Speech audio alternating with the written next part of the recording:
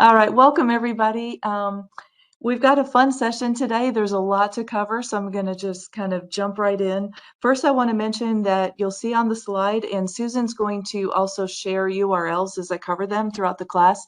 I've got a number of resources I'm going to share here, but those resources also are listed on a one-page handout that we have. You'll see on your slide, if you go to that URL, you can download the one-page handout. And I'll just show you real quick what it actually looks like, if I can make this work. We summarized everything that we're going to cover today on this one-page handout. So it's got all the check-in and questions, all the key points, the items that I'm going to cover. So I do recommend you go out and get that if you can. It'll also make this session easier to follow along. We don't hand out slides, but I give you something better, a quick reference card. So for today's topic, today's world contains so many distractions, and that takes us away from the things that we need to do to get our best work done. And there is no easy pill or sorry, magic pill, magic pill or easy button, otherwise known as an easy pill. But there's no magic pill or easy button. I wish there were. I wish I could share it with you. But there are some actions and fairly simple ones that we can take to make sure we're working on the right things to meet our goals or deadlines.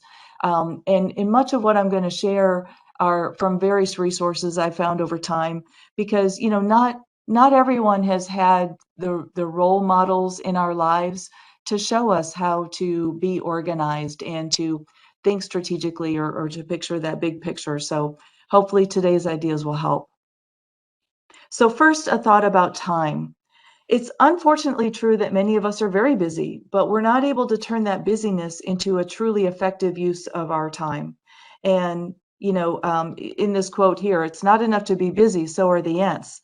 The question is, what are we so busy about? From Henry David Thoreau. I think that's good.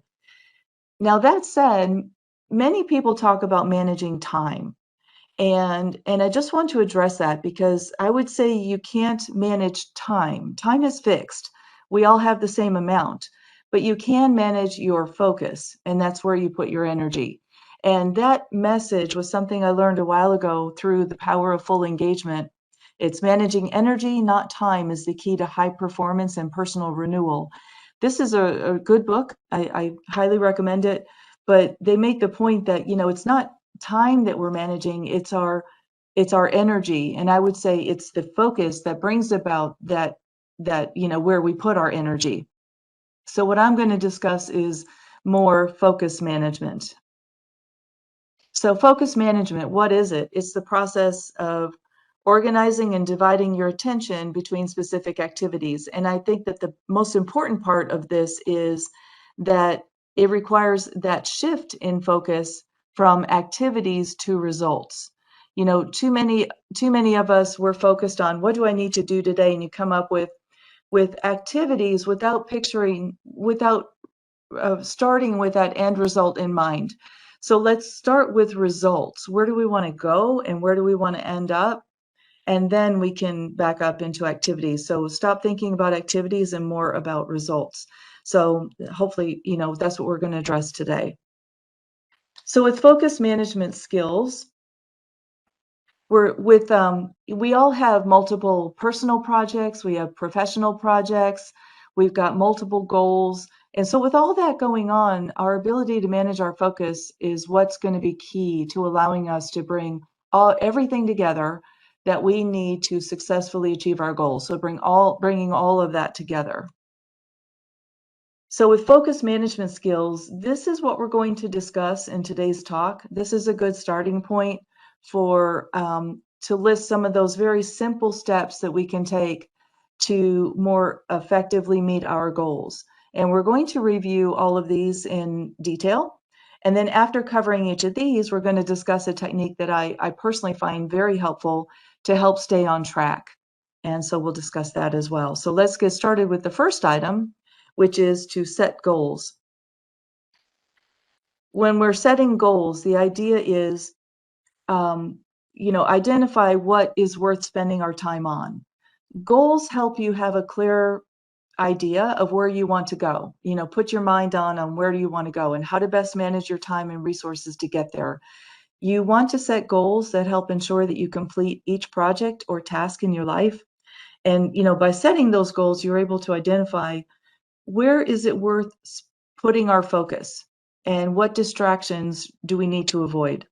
Your goals could be things like getting a new job or getting a promotion. It could be successfully delivering a project, opening a business, retiring, buying a house, getting a degree or certification. Many of you are PMP certified, but maybe not yet. The goals, those are the goals. Deadlines help you get there. And the next subsequent slides are going to talk about how to define the steps to get to the goals. But before we get there, I want to start with starting your day. So start your day with a clear focus. And that goes to this book here. The first work-related activity of your day should be to help determine what you want to achieve that day and what you absolutely must accomplish. You have to be really clear on what you're, be very clear on this purpose before you get involved in the day-to-day, before you get involved in the minutia, before you check your emails, before you start working on your tasks. Before you start responding to other people's queries and solving issues, be really clear on what your goal is for the day. Set a clear focus, and setting that focus might require as little as 5 minutes, but it can save you several hours of wasted time and effort later on in the day. Otherwise your reptilian brain is just freaking out because it's being flooded with all with the hormone cortisol, which creates the panic. We're in panic mode and we're always reacting rather than having a plan and actually achieving real results. Okay. I know that if I have a large goal or something that's really pressing for my day or a big problem to solve, I'm often thinking about that. I'm planning ahead while I'm in the shower. And it's funny how some of our more creative things get done in the shower, but thinking through things as I'm getting ready for the day, as I make my cup of tea in the morning, before I log in, that helps me get focused so that I'm not distracted by other things. It really sets a good start to my day. It helps me set my intentions and set the tone for the rest of the day. Now, I'll start with manage your mood. If you start the day calm, it's easier to get the right things done and to focus. But if you're stressed, if you're afraid, you've got 13 emails reminding you of all the things you're late on and things you have to do and phone calls coming in and fire alarms are going off or meeting notices are coming up, then you're going to spend the whole day reacting and you're not in the driver's seat. And like I say, I like to avoid being that whack-a-mole manager, the game where the little mole pops up and you knock it down with a soft mallet. You want to avoid whack-a-mole managing. And so don't be reacting all day. You'd rather be in the driver's seat. And so if you're reacting to everything, whether it's important or not. Research shows that how you start the day has an enormous effect on your productivity. And you actually procrastinate more when you're in a bad mood. I first learned this from Eric Barker. He wrote Barking Up the Wrong Tree, and a new book now, Plays Well with Others. He's got a newsletter that comes out and blogs that he writes based on neuroscience. So he's done his research to prove the items that he discusses. And I love that. So, it's really data-based actions that you can take. And so I first learned about this manage your mood through him. And he brought up the book, The Happiness Advantage, that you see on your slide. Studies demonstrate that happiness actually increases productivity and makes you more successful. It turns out that our brains are literally hardwired to perform at their best when they're positive versus when they're negative or neutral. And as this book states, The Happiness Advantage, it's Sean Achor, I believe, is the author. As Sean Achor states, doctors that were put into a positive mood before making a diagnosis showed almost 3 times more intelligence and creativity than doctors in a neutral state. And they came up with that diagnosis faster, the correct diagnosis faster. Students who feel happy before taking a math test outperform their neutral peers. That would help with people who are prepping for, say, the PMP or any other certification test. Optimistic salespeople outsell their pessimistic counterparts. So, the happiness advantage makes a lot of these points and good points to keep in mind. So set the tone for the day, manage your mood, get yourself into at least a neutral. If you're very negative, put yourself at least neutral, but hopefully in a happier, more relaxed and calm state. And then prioritize. If you have clear goals set, it should be relatively easy to help prioritize the activities that you need to take to get to those goals. Before you start something new, identify the activity that would have the most positive effect on your project, your team, your client, your family, depending what your goals are. Resist the temptation to clear those smaller, easy to do, but unimportant items. Resist the temptation to work on those first. And we all want to do that because it feels good because you get something off your list, but that may not contribute to that end goal that you've identified. So identify the tasks with the highest impact. And how do you do that? Ask yourself, why am I doing this activity? The questions on the screen. Why am I doing this activity? Does it help me achieve my goals? To what extent will this task or activity help me achieve my goals? This is the same approach that I've seen with many people who are writing about clearing clutter. How do you clear clutter in your house?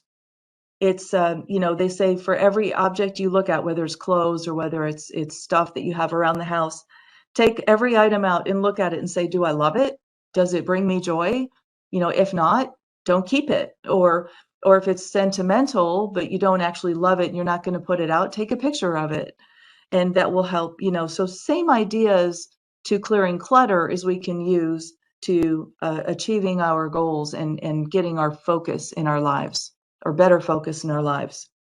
Now, part of doing that too is keeping a dynamic task list. If you have a task list, or I like to call it my to-do list, it's the never-ending Pez dispenser, right, of things to do. And, you get one done and another one pops up. But having a task list is a good reminder system that will tell you what you need to do. And if you've got it really organized, they'll tell you not only what you need to do, but the most important thing to do. And then when you're done with that, then the next most important thing to do. So that helps you remain organized and on top of things. And it also helps break down the things you need to do into smaller or more manageable chunks, more manageable steps, so that you never forget to do the important things. So how do you start? You start by writing down all the things that you need to do. And I like to, what David Allen would say with getting things done. What I like to do is break down my lists, because I'm a list person, love lists. Break down my list into maybe things like categories that are meaningful to me. But for example, it could be personal. What are my personal to-dos? What are my professional to-dos? What are my family goals? And so what are the to-dos there? Community, you might have a community category or a spiritual category. And so writing down all of the things that you need to do first, and it'll be overwhelming at first. And what David Allen says in getting things done, oh, I see. Yeah, we buried the URLs. But anyway, with getting things done, what David Allen says is, when you first do this, you're going to be overwhelmed because there are going to be more than 100 things you need to do. And nobody, you can't help but look at that and just panic. And don't. It's only after you record everything and organize it and then prioritize it that your brain calms down and goes, oh, okay, you have it all. And it'll stop interrupting you. And so, once you have a list and hopefully categorize so that you can really brainstorm, what all do I need to do personally or with my family? Where are my goals in each of these areas? Then, and it may be at work, of course, your project goals too, but I'm trying to expand this discussion to be goals throughout our whole life, because we have many aspects to all of us. And then once you have that list, you can prioritize which are the important steps to take to help me reach that overall goal, whether it's to spend more family time or visit a particular family member or do more within the community or at work. And then as you achieve every item, cross it off. Now, it's really rewarding to cross something off your list. Actually, many list people if they accomplish something that's not on their list, what do? You tend to write it on your list just so you can cross it off, because it feels really good when you do that. You get that sense of accomplishment, and again, it puts you in a happier mood so that you can be more productive the rest of your day. So do that. I was actually talking about this discussion I'm doing with you all now, and the person had mentioned, he said, funny enough, my CEO has what he calls Mind Sweep Friday. And in Mind Sweep Friday, what he does is he uses Fridays while everything is fresh in his mind to record everything that's top of mind for his team to do. And then that way they don't lose things, and that carries them over into the next week, and they have their focused work for the next week. So I thought that was, good. Once you have your list of all the things you need to do, revisit it frequently, add new items as they appear, you know, um, and making sure that as you add them to reprioritize all of your list. Now, one way to do that is you just don't sit down for 30 minutes and go, I'm going to capture everything I need to do. It is not going to happen. Just like when you're in a meeting, you can't expect people to be creative on the spot. Hey, everyone, I need answers to this problem. That may or may not be the best time for them to come up with their creative solutions. What you have to do is you have to think of that over time. And that's where this WYSIWYG Tales comes in by Bill Flory. With WYSIWYG Tales, this is a collection of very small short stories, and they sound so simple on the surface. But when you look at each one, they're really good lessons learned over his career, things he saw at work and how he fixed them. And the fact is, the only way to really collect all the items that we have to do is to use those snippets of time, those 5 or 10 minutes in between activities or waiting for a meeting to start. You can get a bunch of stuff done in that time. And that's when, in each of those, if you're constantly thinking about what all do I need to do and you're just creating a list, you can use those snippets of time to keep recording your list. I used that, for example, when I was actively writing lots of blogs. The hardest part is coming up with, what do you write about? Or when you're creating courseware, what do I need to teach about? What are people interested in? So as I was listening for ideas, I was able to add it to my list. And pretty soon my blog idea list, had more than 100. And then I could prioritize, which ones do I want to do now? Or, oh, here's a timely topic. Or, oh, hey, I forgot about that. I thought of that a while ago, but that's a good idea now. It's really relevant. So then I would write about it. So it really increases your creativity by doing that. I'm able to get through 1 to 2 books a week by doing this, using snippets of time. I listen to audiobooks, and I can put on my audiobook while I'm doing little things and listen to short bits and get through, books per week. If you do it exercising when you're working at your desk, especially at home, this might be easier at home, but you could do it in an office too. But I often need to take a break. So I'll get up next to my desk and I'll just do some, quick jumping squats or a couple push-ups or just march in place. And if you just did it 5 minutes every hour, it really adds up. And so it's just a just something I want to mention. Okay. Then now, part of this dynamic task list, you could keep a list and you could write down one idea per sticky note. And what David Allen says, I'll just go back for a second. What David Allen says, you could put one idea per sticky note, and then some people will put it in a 3-ring binder, and they'll have color-coded pages for personal, professional, community. And you put, all these stickies on your papers or a vinyl cling, and then you can peel it off when you're done and throw it away. And that helps you keep your life organized. So it doesn't have to be high tech. There was an IT person who wrote ideas on an index card, and he linked them with a metal ring, and he he put it on his belt, right? He wore it. He called it the non-technology PDA. But it just but anyway, it was his personal organization device. And that way, when he was done, he could just tear off the card and throw it away. So I thought that was pretty funny. Or you could use technology. And so I was just going to give you a quick demo with Trello. There are many software solutions that are out there that will help you organize your work, especially visually. And when you're gathering your task list, this is Trello's a really neat software that I thought might help you guys. And for example, this is their project management template. they organized it by, you can start to write down your ideas. If you look at the main titles here, you've got project resources, questions for next meeting, the to-dos, items that are pending, blocked, and then done.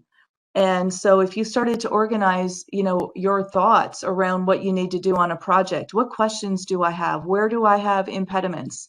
Where are the roadblocks and things that need to be cleared? Well, you could put it into this block, and then basically you create you have these cards that are located within each of these columns, and you can write down whatever you want. So for example, under resources, you can open up a card and you could start to label certain things. Like with this questions for the next meeting. If you had a question, you could post the question in your description and people could answer and respond, and you have your rolling dialogue right there with the question and the answer. You don't have to wade through a whole bunch of emails to go find it. It's all here in one place. And so, for example, you could have your personal goals as one of these columns with all the different cards. Every card would be a different task that you need to do. And then your family goals, your professional goals, then identify the tasks under that. Now I'm going to go to another workspace that I have with task 11 here. This is a course that we're creating for a customer, but I just want to give you an idea. With this, it's a visual way for us to see how the work is organized and where work is, and it's a great way to bring a team together. But so, if you're brainstorming for yourself the tasks that you need to do, or if you're working with a couple other people, it's a good way to do it. So for example, you can open up each card, and here we had a checklist, and we had different people working on different aspects of the work. And once they were done, they crossed it off. And then the instructions on the card says, hey, when all these items are crossed off, you move it to the next step, which again is really, really gratifying when you do, to say, whew, we're done with that. We can move it to the next step. But we were developing a course with multiple modules, and we had to keep track of where each module was. So was it in development, proofing, review, test, whatever. And you can see all the steps that we identified, and at a glance, we can see where all the work of this particular project is. We put a lot of instructions as to what's to be done here in the description. And then if we could have the comments listed along the way, comments or exchanges, we can share files, etc. But I thought Trello was, just one example. It's also Kanban based, if you're familiar with that. It's one example of a visual way to track your tasks that you need to do, to organize your work. And if you have to coordinate with others, it works really well too. With the circadian rhythm, the whole idea here is just schedule your tasks based on your natural energy levels. And the fact is, we're all different. Some of us, we wake up and we jump out of bed at 100 miles an hour, ready to go, sharp as can be. And that's when maybe we're our most creative. If that's you, then, the last thing you want to do is go into an office environment, whether it's a home office or an actual, office place, where we're going to start the day by chit-chatting with our office coworkers, making our coffee, checking our emails. That's the worst thing to do. If you're at your most creative and focused, you need to be working on your highest priority items, and reacting to other people's problems via emails, probably not that.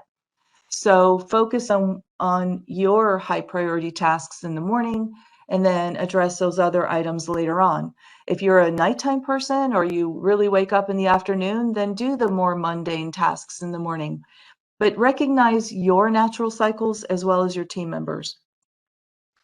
And then when it comes to getting the work done, we all like to think, well, hey, I'm a really good multitasker. I get so much done at once. It makes you feel really good, right? Multitasking is the right way to work, right? Wrong. It's like, thanks for playing. Not really. Studies show that when you're multitasking, you'll lose, and some studies show that switching between tasks costs you 20 to 40% more time. It goes higher than that. I've seen it go up to 100% more time. In The Myth of Multitasking by Dave Crenshaw, he he has a nice little exercise to show you very easily the impact of switch tasking. Now, there's background tasking, things you can do in the background, like maybe you're letting something be compiled in the background while you work on something. If it does not require your active participation, no problem. But anything that requires your brain power is a problem, because as humans, we can only focus on one thing at a time. Our brains are really, that's the way it's wired. And it takes time to switch from one thing to another. So his little exercise, and I'll try to describe it if, in a classroom, we'll try to do it live. And if I had more time, I'd do it live. But you create a statement, maybe multitasking does not work. And the first time you write it out, and you're going to set a stopwatch for this exercise. The first time you write it out, you're going to, okay, you're going to write out two things. Multitasking does not work, and you're going to count 1 through however many letters there are. But the first time you write this out, you're going to write it letter, number, letter, number. So if you wrote multitasking does not work on one row, and then you number 1 through whatever, let's just say 30 letters on the second row, the way you're actually going to write it, don't write the sentence in front of you, right? You have to do this from memory. You're going to write M on the first row and then a 1 below it, because M's the first letter, right? And then number 1. And then U for multitasking, U. And then on the second row, you're going to write 2. L, you write on the top row, row 1, L. And then on the second row, you're going to write 3. So M1, U2, L3, T4, until you spell out multitasking does not work and you've numbered it out. Then check your time. Look for errors. Then do it again, but the second time you write it, you're going to write the whole statement. Multitasking does not work. And then 1, 2, 3, 4, 5, 6, 7, 8, 9, 10, all the way up to 30 or whatever it is. You will take less than half the time. Sometimes you make more errors because you're going too fast. You're trying to be cute. But the fact is, it costs you much more time to do it the first way. And that's the way we are in our lives, is we're trying to multitask and we're bouncing around between two different things. And there's a cost to doing that, and it's wasting our time. So how do we get around it? Schedule your day in blocks. Set aside specific times for meetings, preferably when it's best for you, but also you got to deal with teams or family members or other community members. Figure out when it's best to, block out time for you to have that heads down focused work at your desk so that you can really work quietly. Minimize your distractions. With minimizing your distractions, distractions will break your concentration. They're going to lower your productivity. They're going to prevent you from producing the important tasks on time, right? And they're going to cause you stress. So identify what's distracting you. If you're working at home, I never have my TV on in the background. I don't know how people do it, but kill the TV. Even that background noise, you're going to, through osmosis, you're going to hear what's going on. It's going to distract you. Certain radio bothers some people. Music is soothing to others. So that's personal. Turn off your internet connection, your IM chat. I heard a great analogy, and it's, those notifications that pop up. Well, the analogy is that's like letting someone sit next to you constantly poking you with a stick. You wouldn't let them do that, would you? Well, then why do you let IM constantly pop up, or your email notification? Ding, you got an email. The reptilian brain just wants, you have to know what that is. You can't ignore it. Once it pops up, it's going to distract that focus that you have on whatever task you're working on. So turn all those notifications off, and try to give yourself more uninterrupted time during the day to get your most important tasks done, and get into the flow. Flow by Mihai Csikszentmihalyi is an excellent book on how you can really get into that very focused work where you suddenly look up and you're like, wow, all that time has passed, but I got some really great work done. I mean, you were really into it and it was good creative work, and that's where we want to get. So, let's try to avoid the distractions, because sure enough, what's going to happen is you're really getting on a roll, and then all of a sudden, well, either a notification will pop up, a phone call will come in. Don't let yourself get distracted by it. Turn it all off. Or sometimes we create our own distractions. And, just when you start to get on a roll, then your brain goes, well, wait a minute, you forgot, this other thing is important, or don't forget this, or you need to do that. And part of the reason for capturing everything on a task list is so that your brain doesn't interrupt you. It knows that you have everything captured and it can calm down and stop interrupting you.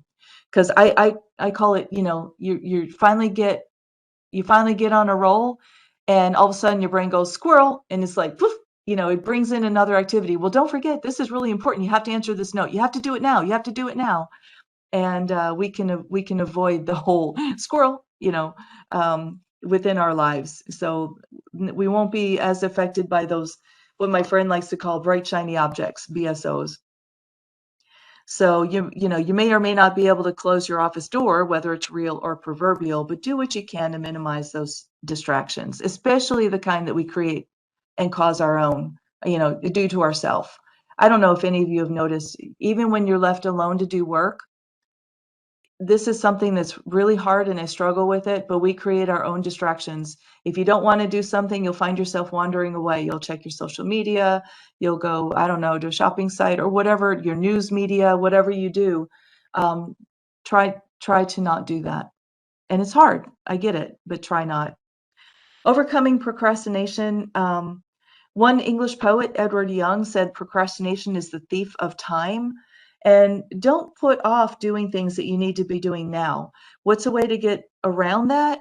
Is just tell yourself that you're going to work on something for 10 minutes. Once you work on something, the hardest part is getting started. And if you say, look, I only have to do it for 10 minutes, you're kind of tricking your brain into saying, okay, we're just going to get started. It's just 10 minutes. But once you get started, you may find that you actually can get on a roll, and then it's not so bad as what you feared, and that you actually can get good work done. And so you might find yourself completing those very unpleasant tasks, and by doing that little trick. So, especially if you, like, say you're a morning person, you need to get it done first in the day, using your circadian rhythm, do your important tasks at that time. So that's one technique for overcoming procrastination. Also take breaks. Let me, your brain cannot work for sustained periods of time without burning out and without you sacrificing quality and making mistakes. Let me ask you, and go ahead and chat this in. Normally I do ask for a lot more chat ins, and I've had you be quiet now for a while. Tell me, picture a marathon runner. Okay, envision a marathon runner. When I say that, what do you see? When I say picture a marathon runner, what is it that they look like? A marathon runner. What does a marathon runner look like? Okay, tall and lean, someone who can pace themselves, they're focused, they're determined. That is true. That is true.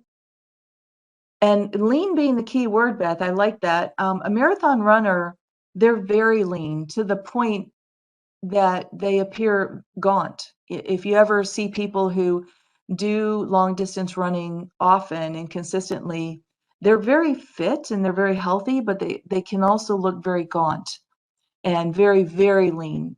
Yes, they're focused to get done with the marathon, but they're very lean, almost gaunt. Now, picture a sprinter. What does a sprinter look like?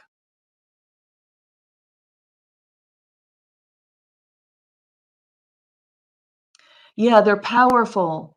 Their sprinters are typically strong. They've got muscles. They're healthier. They're moved. They're active. Yeah, typically they've got very defined leg muscles, but now they are even upper body strength is there. They've got good arm muscles. So they're strong. They're fast. They're nimble. With the sprinter, the marathon versus sprinter, this is your brain. When you sit down and if you're gonna work for 6 to 10 hours straight and not take a break, your brain is just shriveling up. It's gonna become that gaunt, tired, burned out, piece, matter. Whereas if you take breaks, and a lot of people will say, take every hour, take 5 minutes. I find that at about the hour mark, I'm starting to, maybe after about 45 minutes, I'm really getting into the flow. Taking a break every hour interrupts me. But if I take a break every 2 hours, no problem. I can just get up next to my desk, do some jumping squats, march in place, shake it off, get a new cup of tea, and then get back in. That is very refreshing to your brain. And then we can maintain being a sprinter versus a marathoner. So, don't forget lunch. You don't want to skip lunch. It's hard to work optimally on an empty stomach. Or maybe that's your new diet plan. My diet plan is to go hungry, be hangry all the time, right? Yeah, but I wouldn't recommend that. You're not going to produce your best work if your stomach's growling so loud that it's interrupting you. So, get in the flow, do good work, but then give yourself permission to take a break after. Learn to say no. One skill that many high achievers like Bill Gates, President Obama, Richard Branson, one skill they've mastered is the gentle art of saying no to things that aren't a high priority. And when you do that, it allows you to focus on those things that are important to you, rather than focusing on the things that are important to other people. And I mean, I get it. You have a boss. Sometimes you can't, not say you can't very well say no, but it's learning to say no to those things that you really don't want to do, that you really don't have the time for, so you can focus on your higher priority items will make a big difference in your life as well. Again, you only have 24 hours in a day to do everything that you need to do that matters to you. And if you're spending that time on other people's priorities, then you're not going to be able to get to your own. And one little activity that helps put things into perspective might be a little fun exercise is pretend that you have $86,400 to spend, and you can spend it any way you wish. The only restriction is that you cannot bank any money, and if you don't use any of the money, you lose it. So, if you took a little bit of time to say, oh, where would I spend that money? This is fun. And you break out all the money, adding up to $86,400. That would show you your priorities for spending money, from a money perspective. Well, we have 86,400 seconds in a day. And the idea is, as often as possible, consider how are you spending your time? And try to spend it on things that are important to you, just like you do with your money. So be as careful spending your time, your seconds, as you are with your money. And then delegate tasks. There was a 17th century author, John Donne, that said that no one is an island. That still is very true today, or we now say it takes a village. You can't manage everything on your own, and sometimes it's just prudent to let other people help you. We have to get comfortable sharing the workload with asking for help. And, especially when we're swamped, other people, sometimes they don't mind, sometimes they actually want to do it. Even if they don't want, like at work, as a new manager, sometimes it's difficult to delegate. You're afraid to delegate to others. Maybe they won't do it as well, or you're just afraid of losing control or afraid of burdening them. As a new manager, it's uncomfortable to delegate. And just, know that you're giving them possible cross-training, a more varied work activities to do. It might be more interesting for them just to get something that's different. This helps to promote accountability, to provide that cross-training or growth to your fellow team member. And family members, if it's something that's personal or family, they often won't mind. They're very happy to help. We just have to be comfortable in reaching out and asking for that help. So learn to delegate effectively. Hint, professionally, effective delegation, or the key to effective delegation, is regular reporting. So negotiate up front how often you will check in with that person to make sure they're on task and on time to getting it all done. And that way they know what to expect. They know that you'll check in, so they don't feel like you're micromanaging them or don't trust them. And it'll allow you to not tear your hair out, right? So it'll allow you to have less stress. And then with staying on track. So now we have a good sense of how important it is to spend our valuable time on what is most valued And so we're going to talk about some ideas to help you do just that. And I do like this little exercise. I think it's really powerful. One way to make sure that we don't lose focus is to create, or to that we don't lose focus on what's important to us, is to create a daily check-in or a daily checklist. Come up with 3 to 5 questions that you can ask yourself at the end of each day. And each question can be answered as with a yes, a no, or a number. And that's it. It's very quick. So it doesn't even take 5 minutes to do this at the end of each day. But it's a check-in to say, am I on track? And so these questions are very specific so that you answer yes, no, or with a number. And I've got examples coming up here. I learned this idea from a podcast by Stever Robbins. And Stever Robbins, I discussed that in my blog. That's a link on the slide right here. He's the guy that started with Quick and Dirty Tips, and he had a whole series on that. And it's discussed in my blog along with some other resources. But the questions, ask yourself these predetermined questions, however many you think you need to ask yourself to check whether you're on track. And these questions, they can address a mix of short-term and long-term goals. They can mix personal and professional goals. They can include tasks for the week, as well as strategic initiatives. They can help you balance your family time, or create better balance in your life. So let me give you some examples coming in here. So outward reflection questions. Again, yes, no. Did I make progress on my top 2 tasks today? In other words, were you focused? Did you focus on the important things, or were you just busy all day? Was any work done by me or my team? Did any work not meet my customers' standards or satisfaction? Do I understand where each team member is with their work? Am I current on all my follow-up? How many minutes did I spend doing X? Whatever, if X is some important, whatever important initiative that you identified. Inward reflections, so that was the outward reflection. This is a personal reflection. Did I keep myself on track today? How many times did I create my own distractions? I like that because I tell you, it's a never-ending battle to not create your own distractions, to not say, oh, I need to take a break and go wander off into something that's a little more fun to do.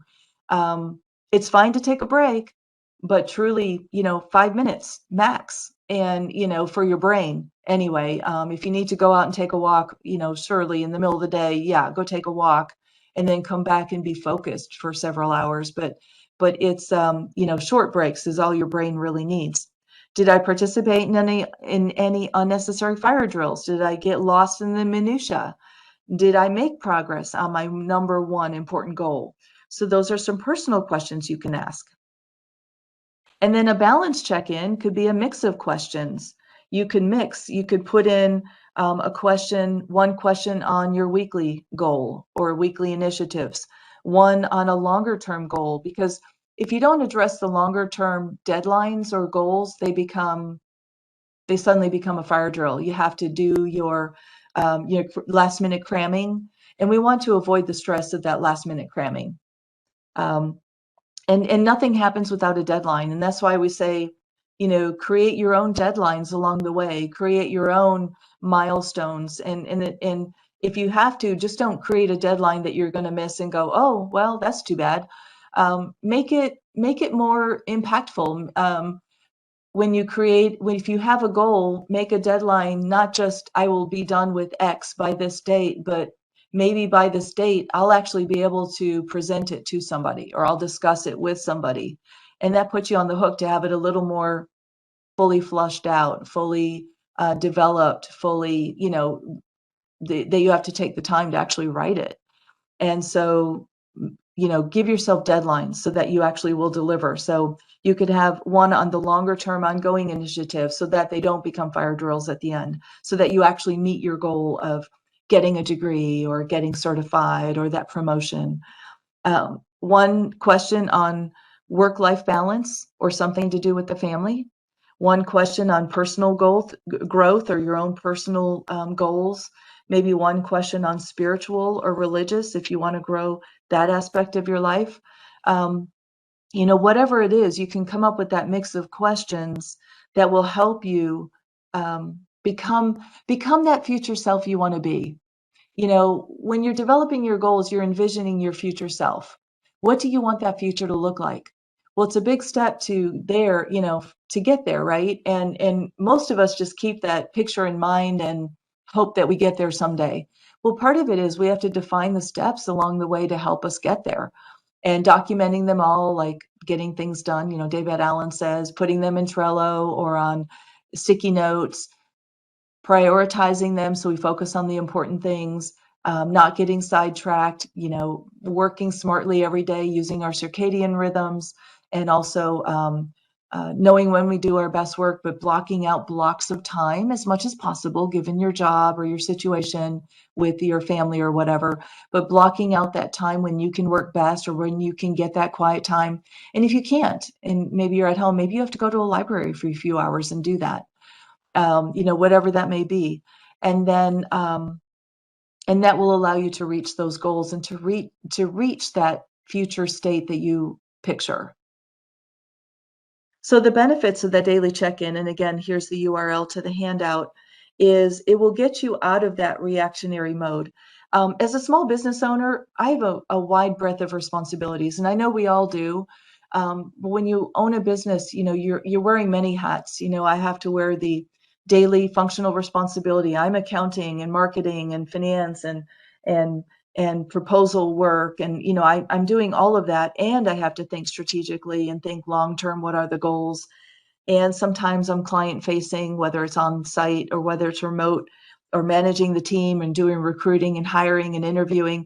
So there's a lot of things that we're balancing, that I find. And so I find doing this daily check-in really helps to make sure I'm reaching those longer term goals. I'm not sacrificing the strategic for today, for today's fire. So it helps me stay focused on what's important. Um, Also, you can also use this technique with a trusted peer, a friend, a family member, anyone who's a safe accountability partner. The idea is, by holding you accountable to another person, you're more likely to actually stay on plan. So when you have someone who agrees to, after you develop your list of questions, who agrees to ask you those questions at the end of each day. Now, they'll ask you the question and then you answer yes, no, or a number. So again, this whole process may only take 5 minutes. They really don't have to provide any feedback. It's just that you are now forced to actually verbally give your answer to somebody else. And once we're on the hook and we know that somebody else is going to hear our answer, that's accountability. And we're a little bit more likely to actually do something, because we don't want to say, no, I didn't do that. No, I didn't do that. We don't want to admit that to anybody else. Just like if you really want to walk or exercise, get a walking partner, find a neighbor who can walk with you every day, or a friend, or call someone on the phone and talk with them while you're walking. By being accountable to someone else and having someone else depend on you, you're far less likely to back out and say, oh, I don't feel like it today. I'll just skip today. Right. And pretty soon I'll just skip today and tomorrow and tomorrow. And then you're out of it. So that's kind of a cool little trick. But not all of us, I realize not all of us have somebody who is that safe accountability partner. But if you do, it's really great if they can do that. Now, very rarely is feedback from that partner necessary, but if there is feedback given, it must be positive. That's kind of the rule of this technique for it to be effective. They will ask you the questions, you'll answer, and any feedback there is positive. They will give you the positive reinforcement for job well done, or great job, or yeah, I saw that, really, good job addressing that today. I know it was tough. Just whatever to support you. And then over time, you decide, do you keep the original questions? Do you change them? And that will help you prevent, procrastination. So as a review, we talked about all of these steps, and I wanted to make sure and get done in time, because this very easily could have gone over an hour. So there were a number of steps. I could have said, many more things on each step, but I didn't want to go over. So at this point, I've gotten to the end of what I want to say. We talked about setting goals, set the long-term strategic goals, then prioritize your goals, then create that dynamic task list. create a list of all the things you need to do and prioritize that list to put at the top those items to help you reach the goals. That way you're not overwhelmed by a task list of 120 items. You know what your top 10 priorities are. If you remember, take the David Letterman approach. What are the top 10? We can focus, or in our case, top 2 or 3 meaningful, chunks of activities to be done. Then schedule those tasks, create a deadline. A self-inflicted deadline is fine, but just make sure you stick to it, because nothing gets done without a deadline. Don't multitask. Wherever possible, focus on one task at a time. Schedule blocks of time in your day. Minimize distractions. To turn off what you can, turn off those notifications, check email. A lot of experts say check email twice a day.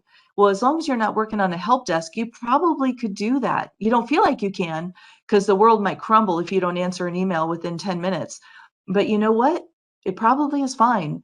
And a lot of those email questions going around will probably answer themselves. And so it'll save you work by waiting a little while to answer everybody. Well, if they know you're always going to answer in 10 minutes, they're always going to ask you before trying to find the answer themselves. So minimize distractions. Maybe check emails only a couple times a day.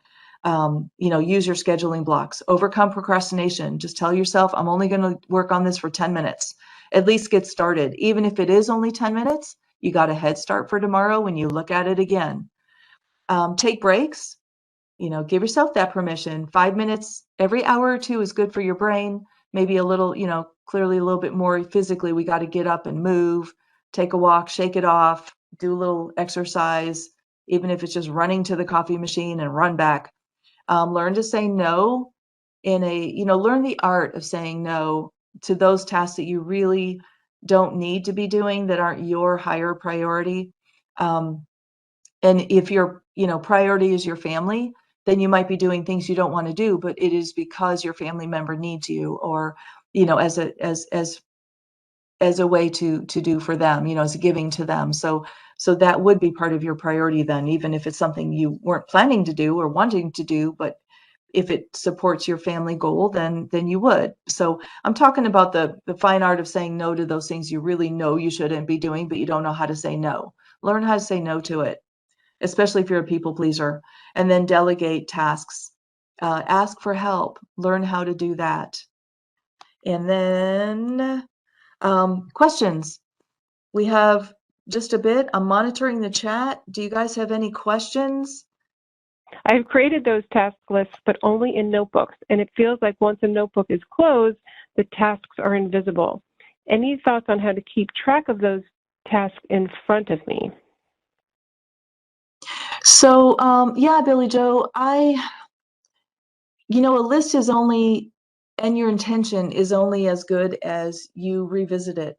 So keeping it in front of you is, first of all, using a form or technique that you're actually going to go back and look at. It might be paper and pencil in a notebook. It might be on your phone in a list. There's typically a notes feature.